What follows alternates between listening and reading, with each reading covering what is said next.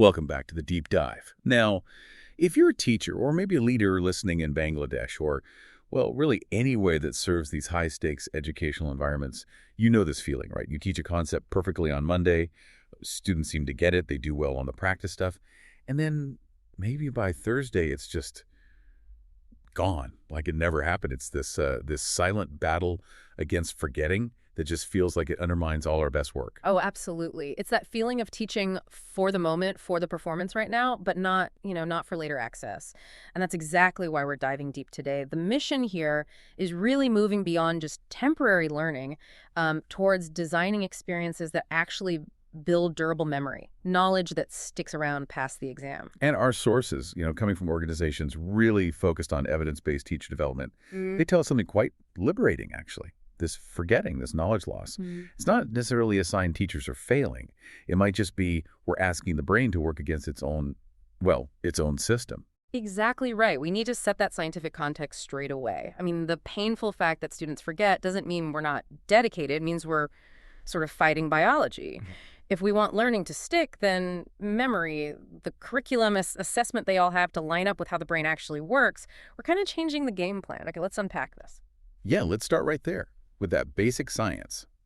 Why is the brain so quick to just discard information? It almost feels counterproductive to learning sometimes. Well, because forgetting is actually, believe it or not, a feature. It's part of the brain's efficiency, not really a flaw. I mean, think about the sheer amount of information you've processed just today. You couldn't possibly hold on to all of it. The brain is pretty ruthless about clearing out what it thinks is unused data. Huh? We have the psychologist Hermann Ebbinghaus to thank for mapping this out way back in 1885, his famous forgetting curve. The forgetting curve, yes. The sort of graphical proof of our shared classroom dread. That's the one. Ebbinghaus showed this really steep drop in recall almost immediately after you first learned something. So if a student learns, say, 10 new history facts today, without any kind of intervention, they might only remember 3 or 4 by tomorrow afternoon. It just evaporates. The brain basically concludes, look, if I'm not needing this right now, I probably don't need it at all. Out it goes. Okay, that does sound pretty bleak for anyone spending hours on lesson plans. But you mentioned there's good news hidden in there. The good news is the fix is quite straightforward, even if it feels a bit uncomfortable sometimes. It's all about what happens when you try to retrieve that information later. Each time we force ourselves to pull that knowledge back out, even when it's hard, that forgetting curve starts to flatten out a lot. It sends this really strong signal back to the brain saying, hang on, this bit is important, keep this file accessible. Right, so this connects to that idea of productive struggle, where making it a bit difficult actually builds stronger, more lasting connections. That's precisely the work of Robert and Elizabeth Bjork. They called these moments desirable difficulties. When recall feels effortful, you know that feeling, the answer's on the tip of your tongue, but you can't quite grasp it.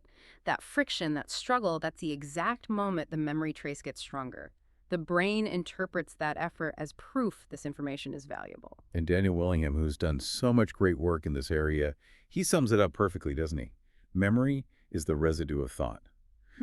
So if our lessons are just about students passively listening or, copying notes, we're not really asking them to think. We're asking them to recognize things, which is very temporary.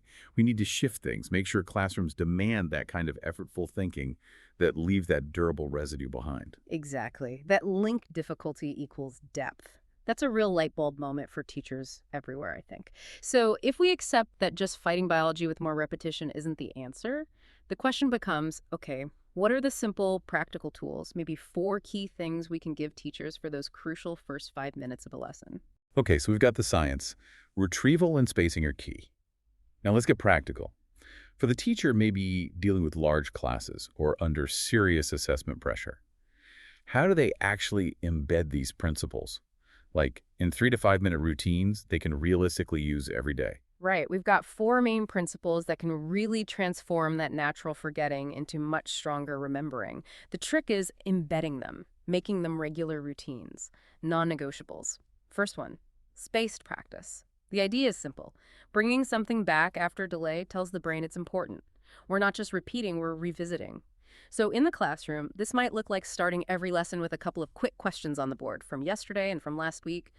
or just verbally asking kids to recall a definition from, say, 3 weeks ago, you're deliberately creating those gaps. And the trap here, the real common mistake we really need to flag, is that temptation to just jump in and reteach it when students struggle to remember. Exactly. If you reteach or give hints too quickly, you rob the brain of that strengthening process. The struggle is the point. Let them grapple with it for a moment. Okay, makes sense. Principle number 2, then. Retrieval practice, basically. Bring it back, don't just look it up again. This is really the engine room for durable memory. That effortful recall strengthens all the connections in the brain. Teachers can swap out passive note-taking for short, low-stakes, closed-book recall. Could be a quick exit slip before anyone leaves. They have to jot down one formula or one key sentence from the lesson. The key is these need to be fast and low stress, especially if you've got a big class, easy to manage. I think we need to pause on that cultural point, though. The sources really stress this. Mistakes during retrieval practice, they have to be seen as data. Like, okay, this is where the brain needs more practice. And signs of effort, not failure or something to be punished. That's quite a shift for cultures where maybe getting it right first time, that rote accuracy, is really highly valued. It absolutely is. It needs leaders to build that trust. We're essentially normalizing the forgetting curve for students, too. We teach them, look, if you got 70% right on that recall quiz, great. That 30% you missed, that's now the most important 30%, because your brain has just flagged exactly what needs more work. That's a powerful reframing. Okay, what's tool number 3? Third tool is interleaving, which just means mix things up, don't block practice. So instead of spending an hour drilling just geometry problems, you mix different but related types together in the same session, maybe some algebra, some geometry, a few word problems. Okay. So interleaving is like cross-training for the brain. Yeah. Like a cricket player isn't just practicing the cover drive for an hour. They mix up cover drives, cuts, maybe some defensive shots, so they have to choose the right shot under pressure. That's a perfect analogy. Blocking, doing the same thing over and over, it really only boosts recognition because the student always knows which strategy to apply. Interleaving forces strategy selection. They have to look at the problem, figure out which technique is needed, and then apply it. That selection process itself builds flexibility and much deeper understanding. Makes sense. And the final tool? Dual coding. Basically, show and tell. Combine visuals and words. We know that pairing visuals with verbal information creates multiple pathways for retrieval. This is super important in multilingual contexts, too, where students might be constantly translating in their heads. In the classroom, this could be really simple. Use different colored chalk to separate the steps in a science experiment setup. Or ask students to summarize a history topic with a quick 1-minute timeline or a simple diagram. The key, though, is that the visual has to represent the information, help organize it. It's not just about making the page look pretty with decorations or clip art. Simplicity is usually best. Now, if we pull back and look at the bigger picture, durable memory isn't just about individual lessons. It requires us moving from designing recall in lessons to ensuring retention across the whole system. We need to look at the curriculum itself. And here's where it gets really interesting. All right, so the curriculum itself becomes this architecture of recall. It's not just a list of topics in order. It's a deliberately planned schedule for revisiting things. The sources use a couple of really great analogies for how the whole system can support memory. Yeah, the first one is the national anthem effect. Think about your national anthem, or maybe a simple prayer you learned as a child. You probably don't practice it every day, right? But you never forget it. Why? Because the system, society, school events, traditions, ensures you revisit it periodically with meaning across years. It's spaced out naturally. The curriculum needs to do that intentionally for the really core foundational knowledge. You have to actually bake in that revisiting. Okay. And the second analogy, very practical for planning, this one, the TV drama effect. Yeah. The previously on segment. Exactly. Every new unit shouldn't just dive straight into brand new stuff. It should start with maybe just a few short cues to reactivate related memories, connect the new learning to what students already know. Like, okay, last term we looked at photosynthesis. Can anyone remember the key things plants need to start that whole process? That quick, maybe 3-minute connection, it's like a lifeline for memory retrieval. And that helps make the new knowledge stickier, right? Because the brain isn't just filing away isolated facts, it's updating an existing network of ideas, building connections. Which brings us squarely to aligning the curriculum and the assessment. Because if we want durable learning, the system has to actually reward it. So design principle 1 is building that spacing and interleaving not just into lessons, but across the whole year or even across multiple years. We need those vertical links revisiting concepts in later grades and things like termly cumulative reviews that deliberately mix old and new topics. Yeah, the sources gave that grade 7 maths example, didn't they? Where fractions, ratio, proportion are taught maybe in term 1, 2, 3, but then term 5 has a specific cumulative quiz that pulls all of them back together. Precisely.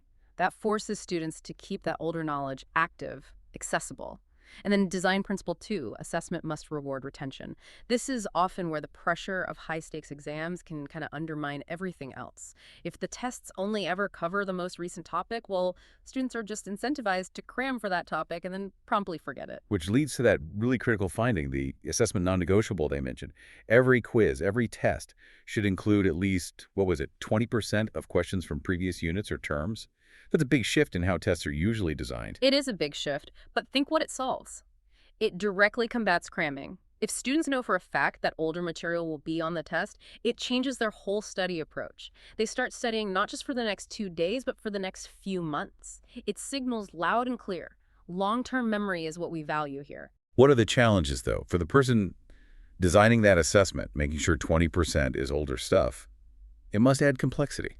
It definitely adds complexity. You need a good system, maybe a question bank, to track topics and ensure fairness. You need to make sure the assessment still accurately reflects the overall curriculum. It requires careful planning, probably at the school leadership level, not just the individual teacher. Okay, so we've got the lesson design sorted, the curriculum and assessment aligned. The focus then shifts towards the student themselves. How do we actually teach students to manage their own memory, to become, self-regulating learners who aren't just relying on rote memorization?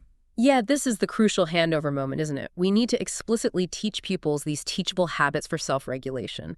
It usually starts with the teacher modeling the behavior, then maybe practicing it together as a class, and then gradually releasing responsibility so students can do it independently. It's about building routines they own. And the first key habit they mentioned is self-testing. Moving beyond that feeling of, yeah, I think I know it, to actually checking, can I recall it right now, without looking? Exactly. So the teacher might model this, take a blank piece of paper, close the book, and just write down everything they can remember about a topic for, say, 3 minutes. Then, the important follow-up. Open the book, check against their notes, maybe use a different color pen to fill in the gaps or correct errors. The focus has got to be on the effort of recalling, not just on getting it perfect. Those errors, they're just data points showing where to focus practice next. It's actually empowering for the student. That takes a bit of courage, I imagine, especially if students are used to that pressure of always having to be right immediately. Yeah. Okay, what's the next habit? Related to spacing, I think. Yeah, student-driven spacing. So the teacher might start by actually drawing the forgetting curve on the board, making that forgetting process visible and normal. Then, teach students a simple system to track their own memory needs. Like, next to their notes on a topic, they could write a little reminder. Our Friday, meaning review this on Friday, or our next week. Spacing stops being just something the teacher tells them to do and becomes a personal tool they manage themselves. Right, taking ownership. Mm. And the last one, dealing with the sheer amount of information. That's chunking. We know working memory is really limited. It can only juggle a few bits of information at once. So teachers need to explicitly model how to group related information into meaningful chunks. Like, instead of trying to remember 10 separate historical facts, maybe group them into 3 themes: political causes, social impacts, economic consequences. That reduces the mental load and builds those strong connections, that schema, making recall much easier later on. Now, putting all this together, it really implies quite a cultural shift within a school, doesn't it? I'm thinking about leaders in Bangladesh, maybe feeling the pressure to cover the syllabus. Implementing something systemic like this might feel, well, daunting.